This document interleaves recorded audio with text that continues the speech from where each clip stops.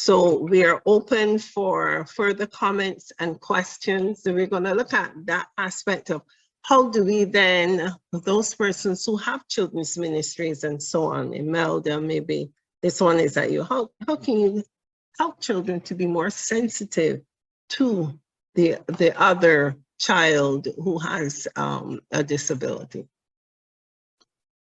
Please repeat the question. Oh, the second part of the question in the chat was, how can I teach, I'm gonna kind of rephrase it. What tips, what information can you give me that will help me sensitize the children around towards those persons who have disabilities?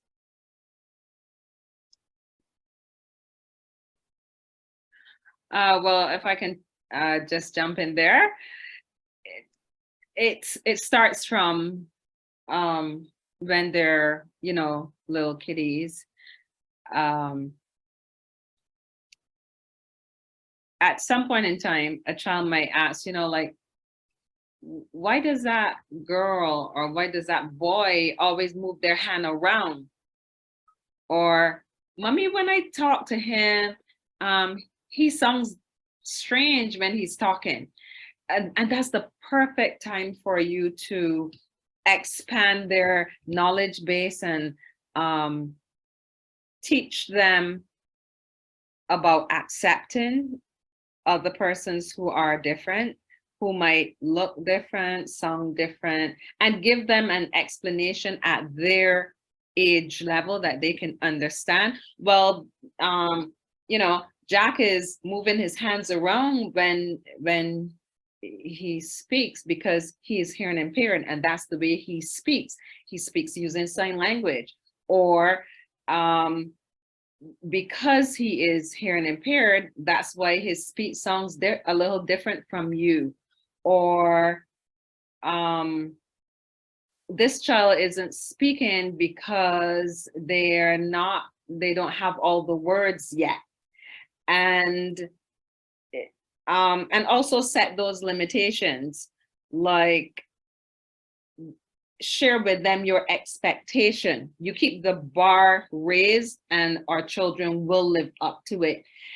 If it becomes a joke in your conversation with your friends, your children will pick that up, and the persons with disabilities will become a joke to them as well.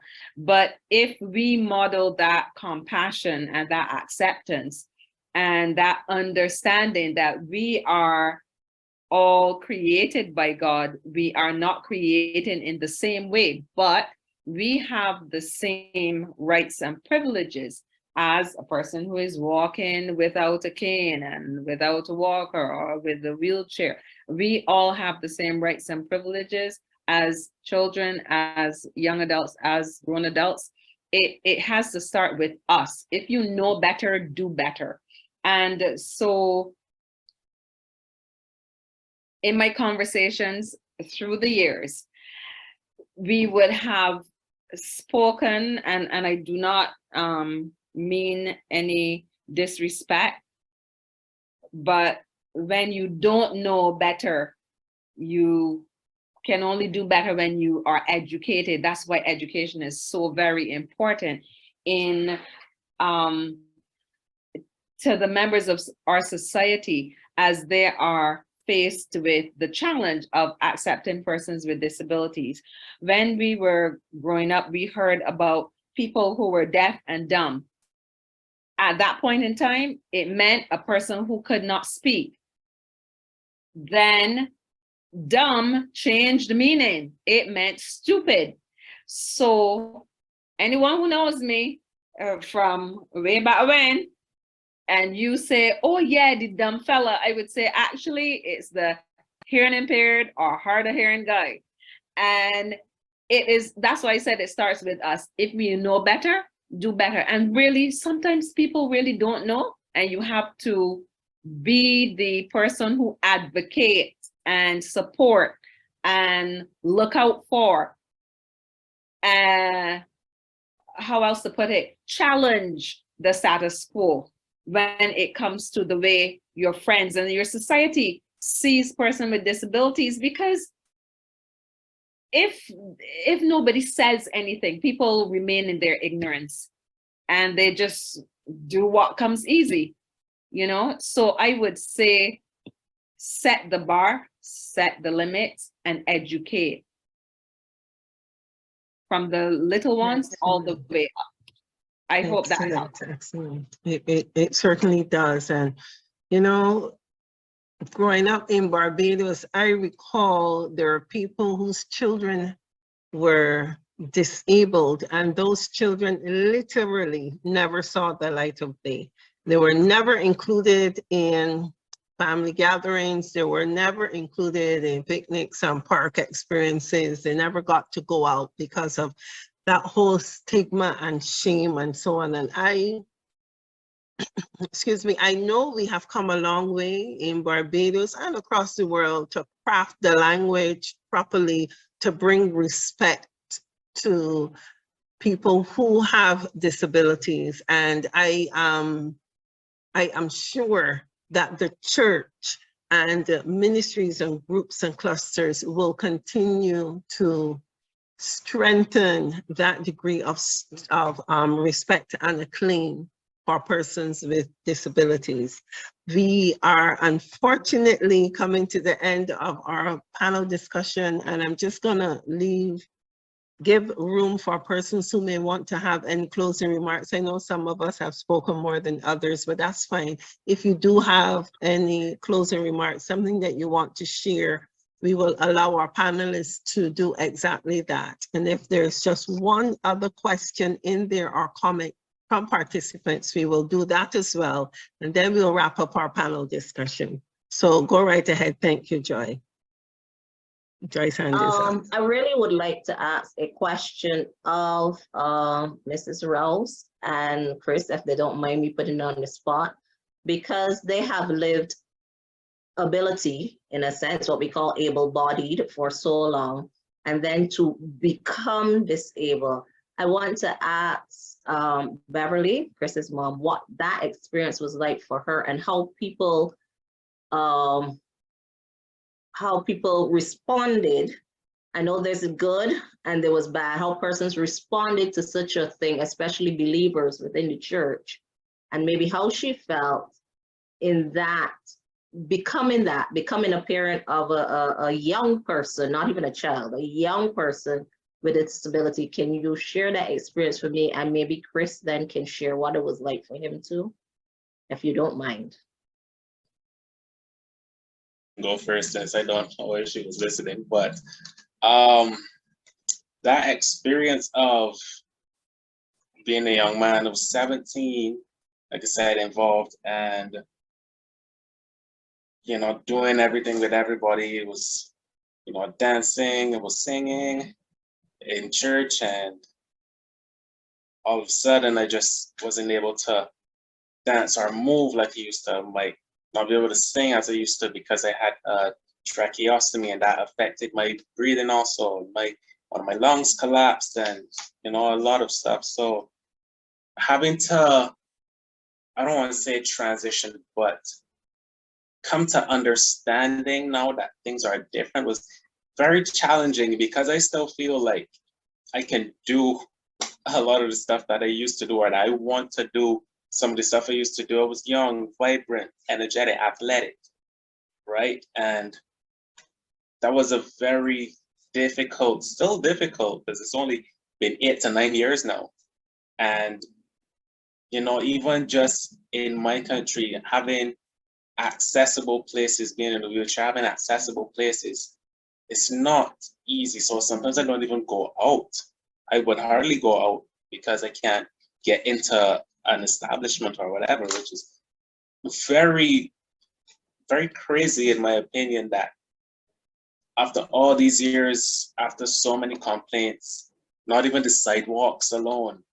I remember one time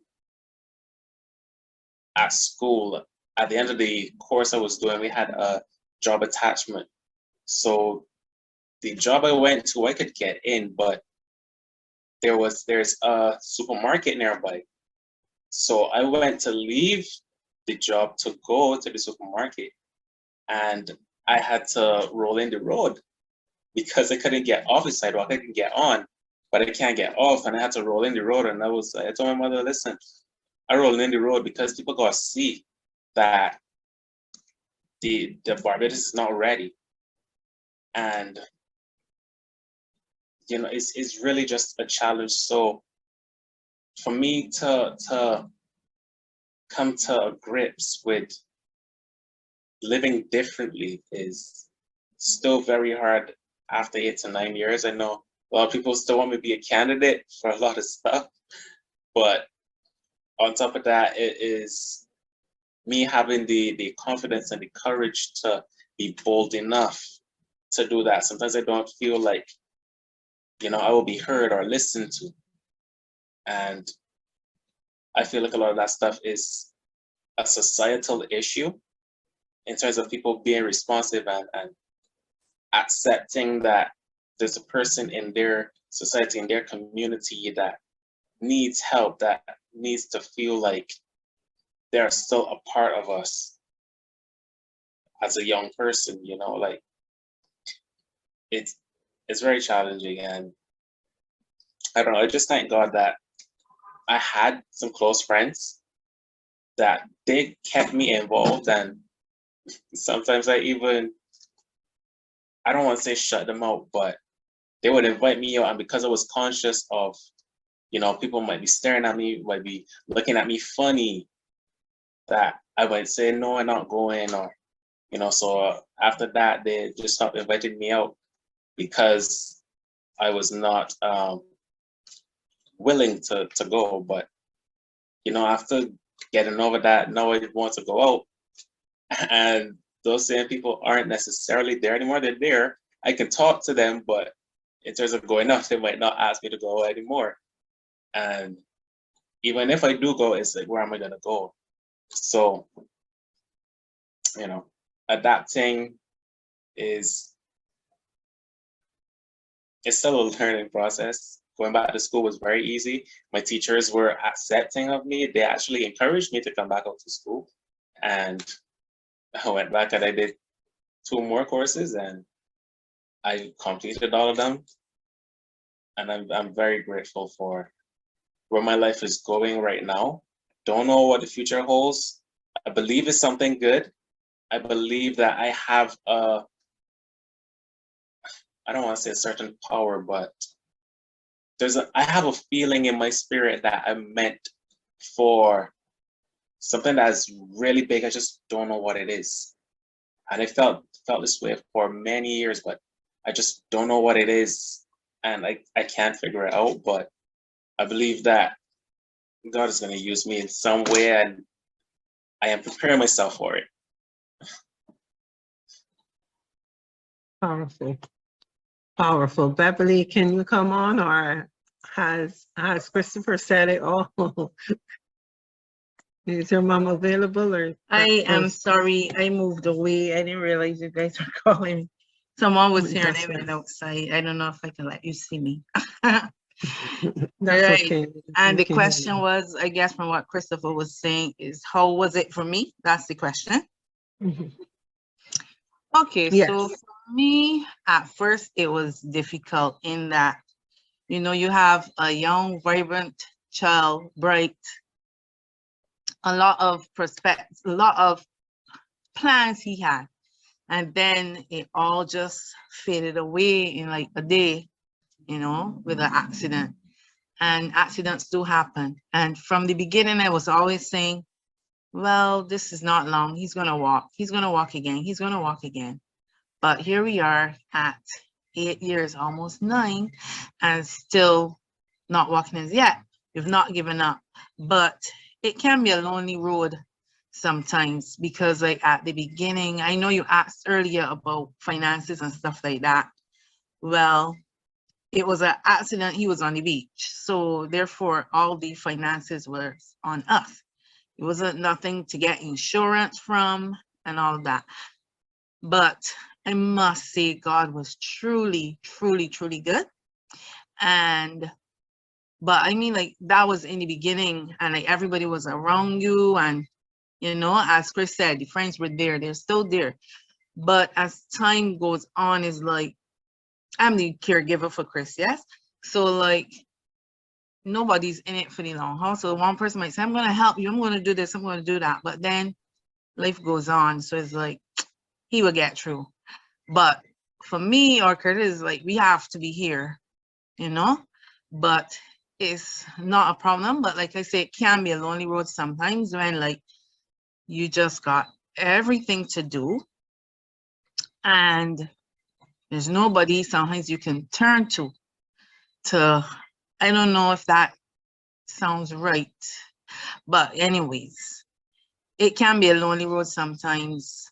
And like, even in terms of traveling, we like to travel, and a lot, like, you want to go to a different country. So before you could just up and go, but no, because you got to think, no, well, is it wheelchair accessible? When we get over there, what would the transportation be like?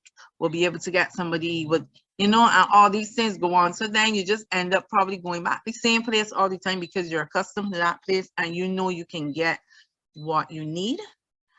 But yeah, that's about it. But God is good all the time and he always comes through. You know, when you think that that's the end of it, or, well, that's it, you throw your hands in the air, it's like, nah, he's there pushing you along all the while. And that's it.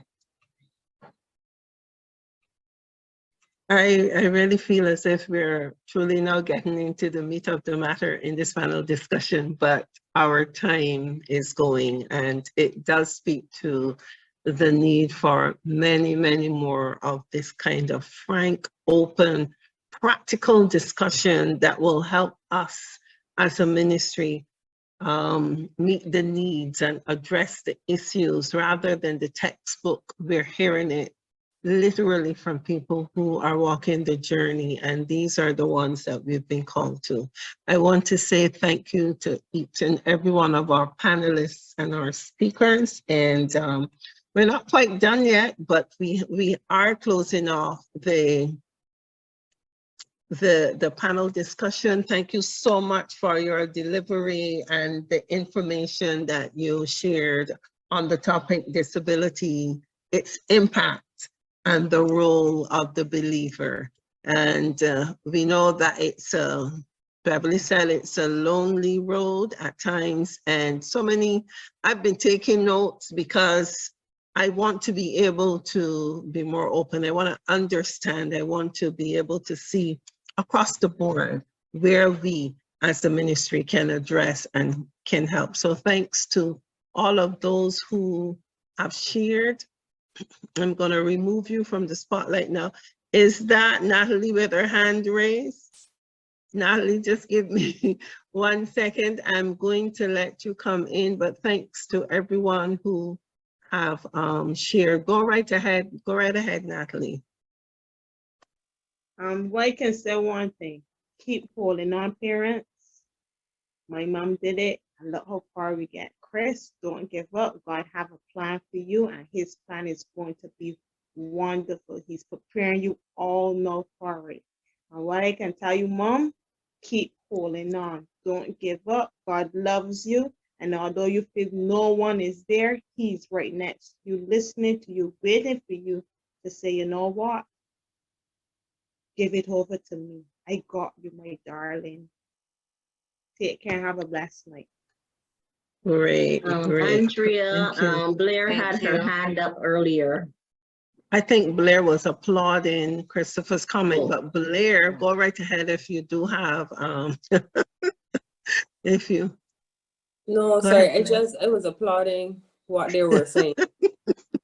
Yes, thank you. So let's just wrap up, get him back to the planned agenda. We want to invite, Anne.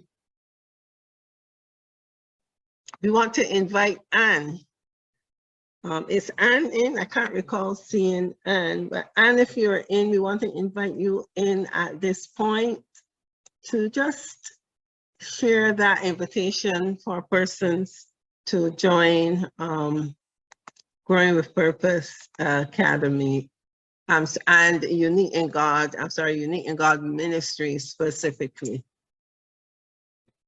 Is Anne with us, Joy? I know It sometimes she doesn't has look like she is. I technical know. difficulty. I'm going Is to Blair ask gonna Claudette to take Oh. that.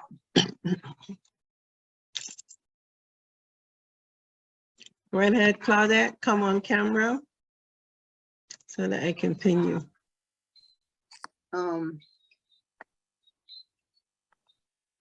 on camera. Am I? Yes, you are. Yes, you are. Okay.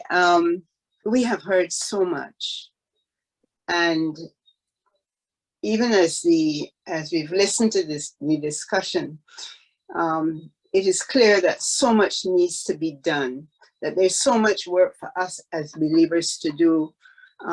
Us who have been called to be His hand extended, us who He has poured His love into our hearts, and if we want to be able to minister to those who are currently unreached, then it is clear we have to work together. So we want to invite those of you who are not already a part, we want to invite you to connect with us online.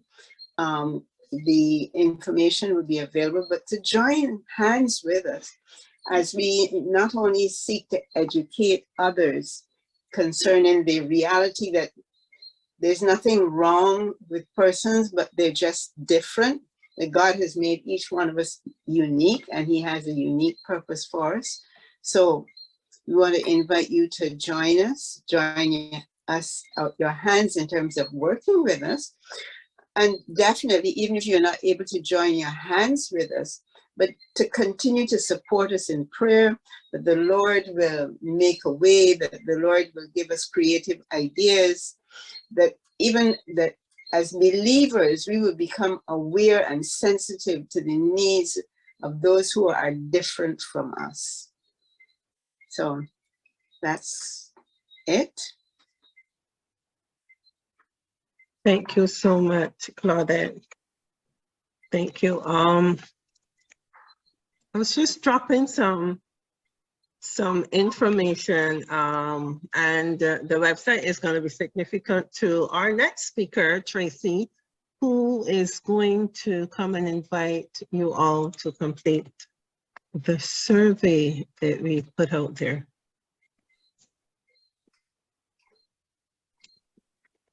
Is Tracy in? Yes, I'm having some difficulty Okay. to go on camera. I'm trying to get All the right. camera. Okay, you can just go right ahead. You can speak if you can't get on camera. Good evening, everyone. According to Andrea, this was a very interesting discussion. And as we see, we've lost most of it. Well, we don't have enough time to really delve into the meat of the matter, but to God be the glory. And we would like all the caregivers who are online this evening to tap into our website, which is Growing with Purpose Academy at gmail.com. And with this survey, you will see of the ministry, Unique in God. We are asking you to drop us a line to show us how we can serve you. In the survey, you have to give your name, your address, telephone number, email address, or any point of contact. You can probably include your cell phone number. And it talks about the vision of the ministry. And the vision of the ministry, may I remind you, is that we are fearfully and wonderfully made. This is Jeremiah chapter 1. And God took the time to create all of us in His image. He loves us as we are. Maybe it could be the blind man for God's glory, or it could be to teach us His love and compassion, or to show us the versatility of life for whatever reason. He loves us just as we are. Therefore, this ministry wants to show or allow God to use us to show his love to all, care for persons with disability and their caregivers.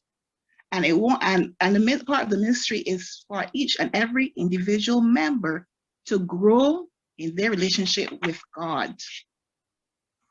As we go to the survey, it also asks you to indicate the type of support, be it financial, prayer, or a drive-by encouragement, or even a telephone call.